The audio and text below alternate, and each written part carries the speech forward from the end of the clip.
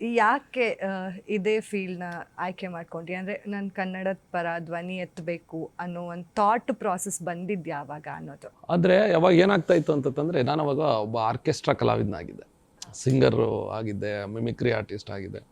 ನಾವು ಕೆಲವು ಕಡೆ ಆರ್ಕೆಸ್ಟ್ರಾ ಹೋದಾಗ ಕೆಲವು ಬಡಾವಣೆಗಳಲ್ಲಿ ಆ ಟೈಮಲ್ಲಿ ನಾನು ಹೇಳ್ತಾ ಇರೋದು ಒಂದು 2005-6 ಆ ಸಂದರ್ಭ. ಸೊ ಅವಾಗ ಹಾಡೋಕ್ಕೆ ಹೋದಾಗ ಹೆಚ್ಚು ಕನ್ನಡ ಹಾಡುಗಳಿಗೆ ಅವಕಾಶ ಕೊಡ್ತಿರಲಿಲ್ಲ ಕೆಲವು ಕಡೆ. ನನಗೆ ಒಂಥರ ಅನ್ಸಿದ್ರೆ ಕರ್ನಾಟಕದಲ್ಲಿದ್ದೀವಿ, ಕನ್ನಡ ಹಾಡುಗಳಿಗೆ ಯಾಕೆ ಪ್ರಾಮುಖ್ಯತೆ ಕೊಡ್ತಾ ಇಲ್ಲ ಅನ್ನೋದೊಂದು ಸುಮ್ಮನೆ. ಅಂದರೆ ಅವಾಗ ಅಷ್ಟು ಧೈರ್ಯ ಇರಲಿಲ್ಲ, ನಮ್ಗೆ ಆಲೋಚನೆಯೂ ಇರಲಿಲ್ಲ, ಇದೇನಕ್ಕೆ ಈ ಥರ ಅವಕಾಶಗಳಿಲ್ವಲ್ಲ ಕನ್ನಡ ಹಾಡುಗಳಿಗೆ. ನಾನೇ ಹೋಗಿ ಹೇಳ್ತಾ ಇದ್ದೆ, ಸರ್ ಇಲ್ಲ, ನೀವು ಕನ್ನಡನ ಜಾಸ್ತಿ ಆಡಿಸ್ಬೇಕು, ನೀವು ಯಾರೋ ಏನೋ ಕೇಳ್ತಾರೆ ಅಂದ್ಬಿಟ್ಟು ನೀವು ಇದು ಮಾಡೋದಕ್ಕಾಗಲ್ಲ ಅಂತೇಳಿ.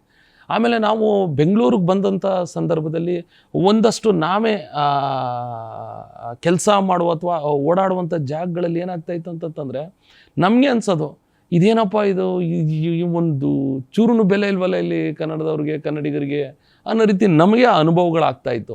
ಮೇಲಾಗಿ ಇನ್ನೊಂದು, ನಾವು ಯಾವಾಗ ಈ ಸಾಮಾಜಿಕ ಜಾಲತಾಣವನ್ನು ಬಳಸೋದಕ್ಕೆ ಪ್ರಾರಂಭ ಮಾಡೋದು, ಅಲ್ಲಲ್ಲಿ ನಿಮಗೆ ಒಂದೊಂದಷ್ಟು ಘಟನೆಗಳು ಕಾಣಿಸ್ಕೊಳ್ಳೋಕೆ ಸ್ಟಾರ್ಟ್ ಆಯಿತು. ನಮ್ಗೆ ಯಾವುದೋ ಕಂಪ್ನಿಯಲ್ಲಿ ಕೆಲಸಕ್ಕೆ ತೆಗೆದುಬಿಟ್ರು, ಇಲ್ಲಿ ನಾವೇನಾದ್ರು ಇಂಟರ್ವ್ಯೂಗೆ ಹೋದರೆ ಕನ್ನಡದವರು, ಕನ್ನಡ ಭಾಷೆ ಗೊತ್ತಿದ್ದವ್ರಿಗೆ ಅವಕಾಶ ಇಲ್ಲ, ಈ ಥರದ್ದೆಲ್ಲ ನೋಡಿದಾಗ ನಮಗೆ ಅಯ್ಯೋ ಇದೇನಪ್ಪ. ಆಮೇಲೆ ನಾವು ಪರ್ಚೇಸಿಂಗೋ ಇನ್ನೊಂದು ಏನಕ್ಕೆ ಒಂದು ಮಾಲ್ಗೆ ಹೋಗ್ತಾ ಇದ್ದೋ ಅವಾಗ, ಇಲ್ಲಾಂದರೆ ಯಾವುದಾರೊಂದು ಊಟ ಮಾಡೋದಕ್ಕೆ ರೆಸ್ಟೋರೆಂಟೋ ಇನ್ನೂ ಎಲ್ಲೋ ಹೋದಾಗ ಕನ್ನಡ ಹಾಡುಗಳು ಹಾಕಲ್ಲ, ಈ ಥರದ್ದು ಏನೋ ಒಂದು ಅಂದರೆ ಒಂಥರ ಅದೇ ನಮಗೆ ಒಂಥರ ಸ್ಫೂರ್ತಿ ಆಗೋಯ್ತು ಏನೋ ಗೊತ್ತಿಲ್ಲ. ಇಲ್ಲ ಇದು ಏನಾರು ಒಂದು ಮಾಡೋಣ ಅಂತಂತ ಹೇಳಿ ಆ ಫೇಸ್ಬುಕ್ ಮುಖಾಂತರ ಸ್ಟಾರ್ಟ್ ಮಾಡಿದ್ದು. ಯಾವುದೋ ಒಂದು ಮೆಟ್ರೋ ಅನಿಸುತ್ತೆ, ನನಗೆ ಜ್ಞಾಪಕ ಇಲ್ಲ, ಮೆಟ್ರೋದಲ್ಲಿ ಫಸ್ಟು ಅಲ್ಲಿ ಕನ್ನಡದ ಬಳಕೆಗಳನ್ನ ಕಡಿಮೆ ಮಾಡಿರ್ತಾರೆ, ಬರೀ ಇಂಗ್ಲೀಷೇ ಎಲ್ಲೋದ್ರೂ. ಕರ್ನಾಟಕದಲ್ಲಿ ಯಾಕೆ ಇಂಗ್ಲೀಷ್ ಹಾಕ್ಕೊಂಡಿದ್ದಾರೆ, ಯಾಕೆ ಕನ್ನಡ ಕೇಳಬಾರ್ದು ನಾವು ನಮ್ಮ ನೆಲದಲ್ಲಿ ಅಂತ ಹೇಳಿ ಕೇಳಕ್ಕೆ ಪ್ರಾರಂಭ ಮಾಡೋದು ಮೊದಲನೇ ವಿಡಿಯೋನೇ ಸಿಕ್ಕಾಬಟ್ಟೆ ದೊಡ್ಡ ಹಿಟ್ ಆಗೋಯ್ತು. ಅಂದರೆ ಸೋಷಿಯಲ್ ಮೀಡಿಯಾನೇ ಪ್ಲ್ಯಾಟ್ಫಾರ್ಮಿಗೆ ತಗೋಬೇಕು ಅಂತ ಯಾಕೆ ಅನಿಸ್ತು ಅನ್ನೋದು. ಅಂದರೆ ಅವಾಗ ನಮ್ಗೆ ಅನುಭವ ಇರಲಿಲ್ಲ ಮೇಡಮ್. ಅಂದರೆ ನಾವು ನಮಗೆ ಇನ್ನೊಂದೇನು ಅಂತಂದರೆ, ಸಾಮಾಜಿಕ ಜಾಲತಾಣವನ್ನೇ ಯಾಕೆ ಬಳಸಬೇಕು ಅಂತಂದರೆ, ಈಗ ನಾವು ಜನರನ್ನ ವೇಗವಾಗಿ ತಲುಪಬೇಕು ಅಂತಂದರೆ ನಮಗೆ ಬೇರೆ ಅವಕಾಶವೂ ಇರಲಿಲ್ಲ. ಈಗ ಆ ಟೈಮಲ್ಲಿ ನಾವು 2014-15 ಏನೋ ಆ ಸಂದರ್ಭದಲ್ಲಿ ನಾವು ಸಾಮಾಜಿಕ ಜಾಲತಾಣ ನನ್ನ ಅಕೌಂಟ್ ಓಪನ್ ಮಾಡಿದ್ದು. ಸೊ ಮಾಡ್ತಿದ್ದಂಗೆ ಏನು ಮಾಡಿದೆ, ನಾವು ಕಾಮಿಡಿಗಳು ಹಾಕ್ಕೊಳ್ಳೋದು, ಇನ್ನೇನೋ ಮಾಡ್ಕೊಳ್ಳೋದು, ಇವೆಲ್ಲ ಮಾಡ್ತಾಯಿದ್ದು. ಇದ್ರ ಮಧ್ಯೆ ಒಂದು ಅಂದರೆ ಈ ಪ್ಲ್ಯಾಟ್ಫಾರ್ಮ್ನ ನಾವು ಯಾಕೆ ಇದಕ್ಕೆ ಬಳಸಬಾರ್ದು ಅಂತ ಒಂದು ಆಲೋಚನೆ ಬಂದ ಮೇಲೇ ನಾವು ವೀಡಿಯೋಗಳನ್ನ ಮಾಡ್ತಾ ಹೋಗಿದ್ದು, ಕನ್ನಡದ ಪರವಾಗಿ ಒಂದಷ್ಟು ಜಾಗೃತಿ ಮೂಡಿಸ್ತಕ್ಕಂಥದ್ದು.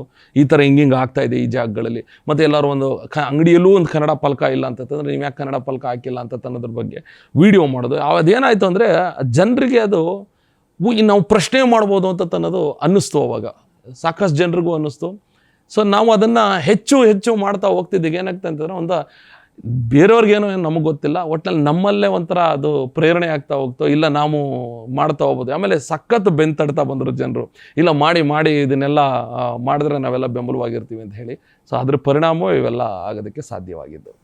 ಓದಿದ್ದೇನೋ, ಆಗ್ಬೇಕಂತ ಅನ್ಕೊಂಡಿದ್ದೇನೋ, ಆಗಿದ್ದೇನೇನೋ, ಈ ಬೆಳವಣಿಗೆಗಳೆಲ್ಲ ನಿಮ್ಮ ಲೈಫಲ್ಲಿ ಆಗ್ತಾ ಹೋದಾಗ ಆ್ಯಸ್ ಎ ಪರ್ಸನ್, ಒಬ್ಬ ಮನುಷ್ಯನಾಗಿ ನಿಮ್ಮಲ್ಲಿ ಏನೆಲ್ಲ ಗುಣಗಳನ್ನು ಅಳವಡಿಸ್ಕೊಳ್ತಾ ಹೋದ್ರಿ ಅನ್ನೋದು.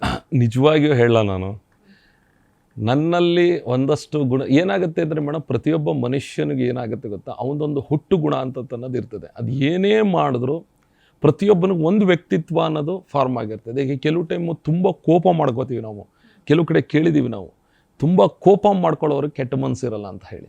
ನನಗೆ ಸಿಕ್ಕಾಪಟ್ಟೆ ಕೋಪ ಬರ್ಬೋದು ಅಷ್ಟೇ, ಬಟ್ ಕೆಟ್ಟ ಮನಸ್ಥಿತಿ ಅಂತೂ ಇಲ್ಲ ನಮ್ಮಲ್ಲಿ, ಆ ಆಲೋಚನೆಗಳಂತೂ ಇಲ್ಲ. ಸೊ ಬದಲಾವಣೆಗಳು ಹೇಗೆ ಅಂತಂದರೆ, ನಾನು ಬಿಗ್ ಬಾಸ್ ಮನೆಗಳೇ ಹೋದಾಗ, ನಾನು ಶೋ ಒಳಗಡೆ ಹೋದಾಗ ನಾನು ಏನೇನು ಬದಲಾಯಿಸ್ಕೋಬೇಕು, ನನ್ನಲ್ಲಿ ಏನೇನು ಅಂದರೆ, ನಾನು ಸ್ವಲ್ಪ ಸಿಕ್ಕಾಪಟ್ಟೆ ಕಾಮಿಕ್ ಪರ್ಸನ್. ನಾನು ಕಾಮಿಕ್ ಅಂದರೆ ತುಂಬ ಹಾಸ್ಯ ನಂದು, ಎಲ್ಲರೂ ಕೂತಾಗ ನಗಿಸೋದು, ಇನ್ನೊಂದು ಏನು, ಈ ಥರದೊಂದಷ್ಟು ಮೆಂಟಾಲಿಟಿ.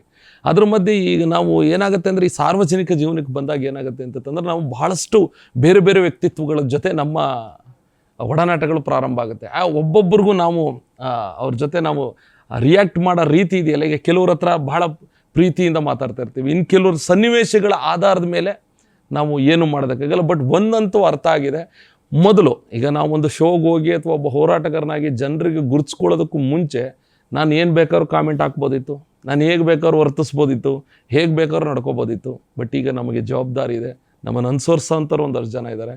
ನಾವು ಏನೇ ಮಾಡಿದ್ರು, ನಾವೇನೇ ಅಂದ್ಕೊಂಡ್ರು ಅದು ಸಹ ಸಮಾಜಕ್ಕೆ ಪ್ರೇರಣೆ ಆಗಿರಬೇಕು, ಮತ್ತು ಜನರಿಗೆ ಅದು ಒಳ್ಳೆ ರೀತಿ ಇರಬೇಕು ಅಂತ ತನ್ನ ಉದ್ದೇಶ ಇಟ್ಕೊಂಡು ಮಾಡ್ತಾ ಇರ್ತಕ್ಕಂಥದ್ದು.